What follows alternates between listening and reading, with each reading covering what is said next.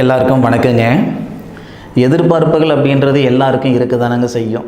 ஒவ்வொருத்தருக்கும் ஒவ்வொரு விதமான எதிர்பார்ப்பு. துளாராசி நண்பர்களுக்கு குரு பகவான் வக்ர பயிற்சி காலகட்டத்தில் எந்த மாதிரியான மாற்றங்கள் வரப்போகுதுன்றது தான் இந்த பதிவில் நம்ம பார்க்க போகிறோம்.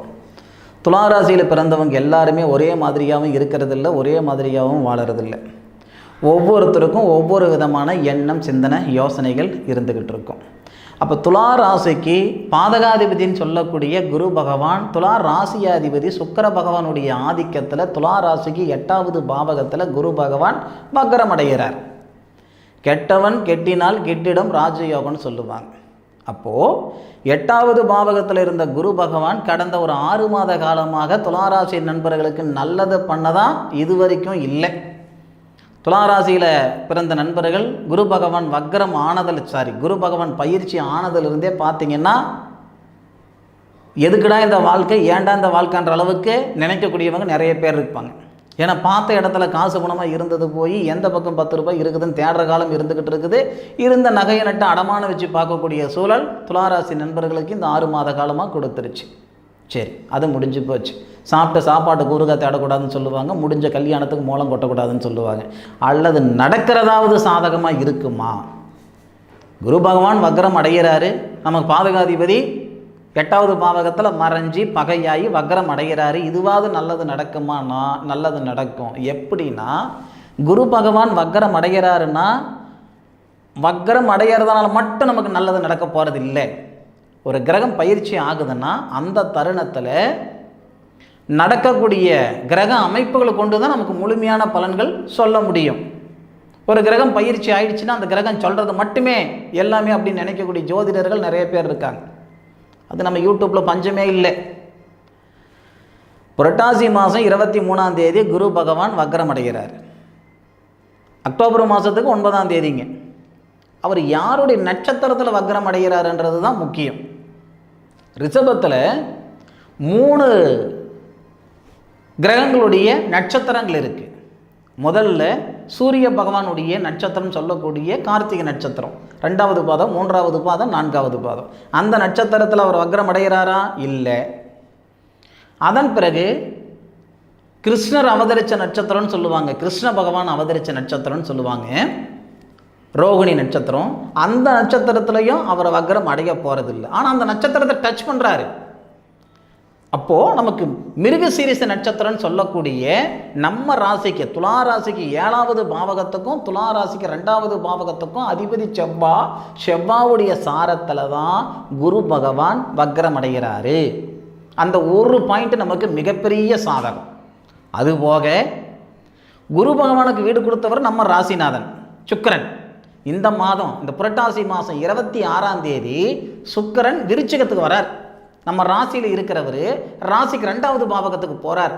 அப்போது அந்த சுக்கிரன் யாருடைய சாரத்தில் இருப்பாருன்னா குரு பகவானுடைய சாரம் தமிழ் கடவுள் முருகர் அவதரித்த நட்சத்திரம்னு சொல்லக்கூடிய விஷாகம் நட்சத்திரம் 4வது பாதத்தில் சுக்கிரனுடைய வீட்டில் குரு. இந்த 2 காம்பினேஷன் பிரமாதம். குருவுடைய பார்வை சுக்கிரனுடைய பார்வை டைரெக்டாக படும். அசுர குருவும் தேவகுருவும் பார்த்துக்கிடுவாங்க. இதனால் திருமணத்தில் இருக்கிற தடை நீங்க போகுது. பொதுவாக நிறைய நண்பர்களுக்கு இருக்கக்கூடிய மிகப்பெரிய ஒரு சங்கடம் என்னன்னா சரியான வயசில் வாழ்க்கை அமையாதது. ஒன்று, வாழ்க்கை அமையலையன்ற சங்கடம் எந்த அளவுக்கு இருக்கோ அதே அளவுக்கு சில பேருக்கு அமைஞ்ச வாழ்க்கை சரியான முறையில் இல்லையன்ற சங்கடம் இருக்குது. கல்யாணம் பண்ணலன்ற சங்கடம் ஒரு புறம், கல்யாணம் பண்ணிவிட்டு ஏன்டா பண்ணோம், எதுக்குடா பண்ணோம் அப்படின்ற சங்கடங்கள் இன்னும் ஒரு சிலருக்கு இருக்க தான் செய்யுது. அந்த 2 பேருக்குமே சங்கடங்கள் போக்கக்கூடிய தருணம் இந்த தருணம். அதுக்கு ஆதாரம் தனஸ்தானாதிபதி குடும்பஸ்தானாதிபதினு சொல்லக்கூடிய செவ்வாவுடைய சாரத்தில் குரு இருந்து வக்ரம் அடைஞ்சி தனஸ்தானத்தை பார்க்குறாரு. தனஸ்தானாதிபதிக்கு குரு நட்சத்திரம் கொடுக்குறாரு. தனஸ்தானாதிபதி யாரு? செவ்வா யாருடைய சாரத்தில் இருக்காரு? குரு பகவான் வக்ரம் அடையும் போது புனர்பூச நட்சத்திரம் சொல்லக்கூடிய குரு பகவானுடைய சாரம் ஸ்ரீராமர் அவதரித்த நட்சத்திரத்தில் தான் செவ்வாய் இருக்கிறார். அப்போ செவ்வாவுக்கு சாரம் கொடுத்தவர் யாரு? குரு செவ்வாவுடைய சாரத்தில் இருக்காரே. அப்போ மன வாழ்க்கை நடக்கும், திருமண தடைகள் போக்கும். 5 வருஷமாக வரன் பார்த்துக்கிட்டு இருக்கிறேன், 6 வருஷமாக வரன் பார்த்துக்கிட்டு இருக்கேன், 10 வருஷமாக நீங்கள் வரன் பார்த்துருந்தாலும் சரி, எந்த இடத்துல ஆரம்பிச்சிங்களோ அதே இடத்துல நான் நின்றுட்டு இருக்கிறேனுங்க அப்படின்னு நீங்கள் வருத்தப்பட்டுக்கிட்டு இருந்தாலும் சரி, இந்த நேரத்தில் திருமணத்தில் இருக்கிற தடைகள் நீங்கள் போகுது. சார் காலஸ்திரி போனோம் சார், திருமணஞ்சேரி போனோம் சார், திருநாகேஸ்வரர் போனோம் சார், நடக்கலை நல்லது. பரிசம் போட்டுட்டு வந்தேன், பாதியில் நின்று போச்சு, கை நினச்சிட்டு போனாங்க, கத்தரிச்சிட்டு போச்சு, நான் பார்த்த பொண்ணுக்கு கல்யாணம் நடந்தது, என்னை பார்த்துட்டு போன மாப்பிள்ளைங்களுக்கு கல்யாணம் நடந்தது, எனக்கு நடக்கலை சார் அப்படின்னு வருத்தப்பட்டு இருக்கிறீங்களா? இந்த நேரத்தில் திருமணத்தில் இருக்கிற தடை நீங்க போகுது. அதுபோக கல்யாணம் ஆகி பிரிஞ்சு போன நண்பர்கள் மீண்டும் இணையறதுக்கு உண்டான தருணமோ அல்லது அந்த கருத்து வேறுபாடுகள், கணவன் மனைவிக்குள்ளே இருக்கிற கருத்து வேறுபாடுகள் நீங்கிறதுக்கோ இல்லை நிரந்தரமாக பிரிஞ்சு போனவங்களுக்கு மீண்டும் மறுமணம் நடக்கிறதுக்கு உண்டான பிரமாதமான நேரம். ஐயா, மாதத்துக்கு 1 லட்சம் ரூபாய் நான் சம்பாதிக்கிறேன், 2 லட்சம் ரூபாய் நான் சம்பாதிக்கிறேன்றது நமக்கு பெருமை இல்லைங்க. நம்ம வாழ்க்கையில் நிம்மதி சந்தோஷம் இருக்கா, அதுதானுங்க பெருமை. 10,000 ரூபாய் சம்பாதிக்கிறவங்க நிம்மதி சந்தோஷமாக இருக்கிறாங்கன்னா அதை விட ஒரு பிரார்த்தம் வேறு எதுவுமே இல்லைங்க. இந்த தருணம் உண்மையிலேயே துளாராசி நண்பர்களுக்கு வாழ்வாதாரம் ரெண்டுமே நல்லா இருக்கும். வாழ்வாதாரம் நல்லா இருக்கிறதுக்கு காரணத்தையும் நான் சொல்கிறேனுங்க. தனகாரகன் சொல்லக்கூடிய கிரகம் தானுங்க குரு. தனகாரகன் தனஸ்தானாதிபதி நட்சத்திரம் வாங்கியிருக்கிறாரு, தனஸ்தானத்தை பார்க்குறாரு. இந்த வகையில் நிச்சயமாக சொல்கிறேன், ஆண்டியாக இருந்தாலும் அரசனாகிற அளவுக்கு ஒரு யோகங்க இது. 10 லட்சம் ரூபாய் நீங்கள் கடனாக இருக்கிறீங்க, 20 லட்சம் ரூபாய் நீங்கள் கடனாக இருக்கிறீங்க அப்படின்னாலும் இந்த குரு பகவானுடைய வக்ரகதி முடியறதுக்குள்ளாரே உங்களுடைய பணப்பிரச்சனை, கடன் பிரச்சனைக்கு ஒரு தீர்வு கொடுத்துரும்.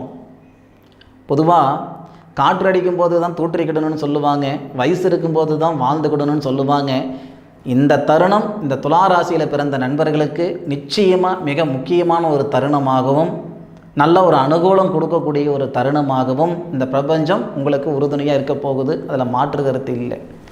நேர காலங்கள் மட்டும் சாதகமாக இருந்தால் போதாதுங்க. நேர காலங்களோடு சேர்ந்து நாமளும் பயணித்தாதானுங்க போக வேண்டிய இடத்துக்கு போய்கிட முடியும். நான் இந்த இடத்துல தான் உக்காந்துக்கிடுவேன், இந்த பிரபஞ்சத்துக்கு சக்தி இருந்தால் எங்கிட்டு போய் நான் சேரணும், அங்கிட்டு போய் கொண்டு போய் விட்டுட்டோம் அப்படின்னா நிச்சயமாக முடியாதுங்க. அது வாய்ப்பு இல்லைங்க. கடைசி வரைக்கும் நம்ம அங்கிட்டே உட்கார வேண்டியது தான். உழைப்புன்ற விதையை போடுங்க, உயர்வுன்ற ஒரு மிகப்பெரிய விருட்சம் நிச்சயமாக வரும். அதில் மாற்று கருத்து இல்லை. அதுபோக உடல் உபாதைகள், மன அழுத்தம் இதெல்லாமே குறைஞ்சி போயிடும். உடல் உபாதைகள் கிட்டத்தட்ட 1 வருட காலத்திலிருந்து எனக்கு தீராத தலைவலி இருக்குதுங்க சார். தலைவலிக்கும் உடம்பு வலிக்கும் ஜோசியத்துக்கு என்ன சார் சம்பந்தம்? ஏன் சார் சம்மந்தம் இல்லை? சூரிய பகவான் நம்ம யாரை சொல்லுவோம்? தலை. ஒவ்வொரு கிரகத்துக்கும் ஒவ்வொரு உறவு முறை இருக்கிற மாதிரி ஒவ்வொரு என்ன சொல்கிறது, தலைக்கு ஒரு கிரகம், வயிற்றுக்கு ஒரு கிரகம், தொண்டைக்கு ஒரு கிரகம், இந்த மாதிரி ஒரு அமைப்புகள் எல்லாம் உண்டுங்க. குரு பகவானுடைய பார்வை உடலஸ்தானாதிபதி சாரம் வாங்கி உடலஸ்தானத்தை பார்க்கறதுனால உடல் உபாதைகள் சரியாகிறதுக்கு உண்டான ஒரு பிரார்த்தம். 1000 மருத்துவத்தில் முடியாத ஒரு விஷயம் அருகம்பில்லில் முடிஞ்சதுன்னு ஒரு பழமொழி உண்டு. சரியா? இதெல்லாம் உணர்ந்து தான் சொன்னாங்களே தவிர பழமொழியாக இல்லை. யாரோ ஒருத்தர் உணர்ந்து தான் இந்த விஷயத்தை சொல்லுவாங்க. பிரபஞ்சத்துக்கு மீறிய ஒரு சக்தி இல்லைன்னு நான் நம்புகிறேனுங்க. நிச்சயமாக இந்த துளாராசியில் பிறந்த நண்பர்களுக்கு உடல் ஆரோக்கியத்தை கொடுக்கக்கூடிய அற்புதமான தருணமும் கூட இந்த தருணம். அதுபோக படித்த படிப்புக்கு உண்டான உத்தியோகம் அமையும். ஏன்னா ஏதோ ஒரு வார்த்தை நான் சொல்கிறேன்னு மட்டும் நினச்சிக்கிடாதீங்க. துளாராசிக்கு 10வது பாவகத்துக்கு அதிபதின்னு சொல்லக்கூடிய கிரகம் தானுங்க சந்திரன். அப்போது சந்திர பகவானுடைய சாரம் ரோகிணி சாரத்திலையும் குரு பகவான் வருவார். அப்போ நமக்கு குருச்சந்திர யோகம் வரும். ஆனால் படித்த படிப்புக்கு உண்டான உத்தியோகம் ஏற்படும் இந்த துளாராசி நண்பர்களுக்கு. எத்தனையோ பேர் வெளியூர் போகணும், வெளிநாடு போகணுன்ற ஆசை இருக்கும், இல்லை சொந்த தொழிலை செய்யணுன்ற ஆசை இருக்கும். ஆசை மட்டுமே நம்ம பட்டுக்கிட்டு இருப்போம், மனக்கோட்டை மட்டும்தான் கட்டிக்கிட்டு இருப்போம். நெசத்தில் கோட்டை கட்ட முடியாது, பார்த்துக்கிடுங்க. அப்பேற்பட்ட நண்பர்களுக்கு இந்த தருணம் சாதகமாக இருக்கும். நான் 10வது பாத்தியத்துக்கு அதிபதி சந்திரன், சந்திரனுடைய சாரத்தில் குரு பகவான் வருவதால் குரு பகவான் நம்மளுடைய ராசிக்கு 2வது பாவகத்தையும் நம்மளுடைய ராசிக்கு 4வது பாவகம் 4வது பாத்தியத்தையும் பார்க்குறார். இதெல்லாம் நமக்கு நல்ல அனுகூலத்தை கொடுக்கும். அதுபோக இதே துளாராசி நண்பர்களுக்கு 4வது பாத்தியத்தையும் 12வது பாத்தியத்தையும் பார்க்குறாருங்க குரு பகவான். பாத்தியம்னா பாவகம்னு அர்த்தம், இடம்னு அர்த்தம். அப்போது 12வது பாவகத்தை பார்க்குறாரு அப்படின்னா விரயஸ்தானம்.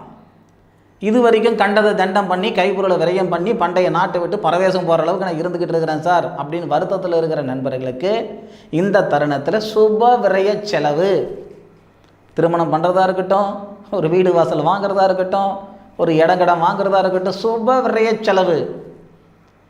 இந்த 115 நாள் 3 மாதம் 25 நாள் நீங்கள் செய்யக்கூடிய செலவு நிச்சயமாக சொல்கிறேன் பாருங்கள், ஒரு உருப்படியான செலவாகவும் சுப விரய செலவாகவும் இருக்கும். அதே மாதிரி சுபஸ்தானத்தையும் குரு பகவான் பார்க்குறார். உங்களுக்குன்னு ஒரு நிழல், அது நீங்கள் வீடு வாங்கினாலும் சரி அல்லது இடம் வாங்கினாலும் சரி, ஏதோ ஒரு வகையில் உங்களுக்குன்னு ஒரு நிழல். நிச்சயமாக இந்த துளாராசி நண்பர்களுக்கு குரு பகவான் வக்ரகதியில் வர்றது சாதகம் தவிர பாதகமாக இருக்கிறதுக்கு ஒரு நூலும் அந்த இடத்துல இடம் கிடையாது. ஏன்னா மிருகசீரிச நட்சத்திரம் 2வது பாதம், மிருகசீரிச நட்சத்திரம் 1வது பாதம், அதுபோக ரோகிணி நட்சத்திரம் 4வது பாதம், ரோகிணி நட்சத்திரம் 3வது பாதத்தை டச் பண்ணுற தருணத்தில் மீண்டும் ரிவேஸாக வந்துடுவார். சரியா? அப்போது குரு பகவான் 100% இந்த தருணத்தில் துளாராசி நண்பர்களுக்கு யோகமான தருணத்தை தர போகிறாருன்றதில் மாற்றுகிறது கிடையவே கிடையாது. சரியா? சரியான தருணத்தில் உங்களுடைய கண்ணில் நான் பட்டிருக்கேன். இந்த பதிவு தேவ வாக்கம் நினச்சிக்கிட்டு என்னடா இப்பேற்பட்ட வார்த்தை சொல்கிறாருன்னு நினைக்காதீங்க. எதுக்காக சொல்கிறேன்னா, நம்ம ஏதோ ஒரு குழப்பத்தில் இருக்கும்போது தான் ஒரு விஷயம் நம்ம கண்ணில் படும். அந்த மாதிரி இது நினச்சிக்கிட்டு நிச்சயமாக முயற்சி பண்ணுங்க. உறுதியாக அற்புதமான இடத்துக்கு வருவீங்க. அதில் எந்த விதமான மாற்று கருத்தும் கிடையாது. உங்களுடைய சுய ஜாதகத்தில் ஒரு 10% நேரம் நல்லா இருந்தால் போதுமானது. 100% நல்ல விதமாக இருக்கணும்னு அவசியம் இல்லைங்க. 10% நல்ல விதமாக இருந்தால் போதுமானதுங்க. போக வேண்டிய இடத்துக்கு அழகாக கொண்டு போய் இந்த பிரபஞ்சம் உங்களை சேர்த்திடும். இந்த தருணத்தில் உங்களுடைய சுய ஜாதகம் பார்த்துக்கிறதுக்கு கொஞ்சம் முக்கியத்துவம் கொடுத்துக்கிடுங்க. சரிங்களா?